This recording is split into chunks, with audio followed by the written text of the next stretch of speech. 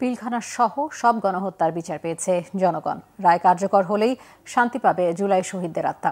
বাংলা মোটরের অস্থায়ী কার্যালয়ে মানবতা বিরোধী অপরাধের সাবেক প্রধানমন্ত্রী শেখ হাসিনার মৃত্যুদণ্ডের আদেশের আনুষ্ঠানিক প্রতিক্রিয়ায় এসব কথা বলেছেন এনসিপির আহ্বায়ক নাহিদ ইসলাম। আগামী 1 মাসের মধ্যে শেখ হাসিনাকে দেশে এনে তার বিচার কার্যকর করার দাবিও জানানো হয়। আমরা এই রায়কে স্বাগত জানাই।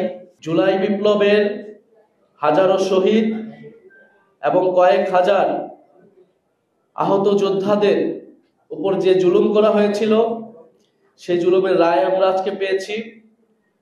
বিগত 16 বছর ধরে শেখ হাসিনার নেতৃত্বে আওয়ামী লীগ বাংলাদেশের সাধারণ মানুষের উপরে যে জুলুম নির্যাতন করেছিল, গুম, খুন, মানবাধিকার হরণ, ভোটাধিকার হরণ সহ পিলখানা হত্যাকাণ্ড, শাপলা গণহত্যা এবং জুলাইয়ের গণহত্যা, এই সবকিছুর বিচারের রায় আজকে আমরা পেয়েছি।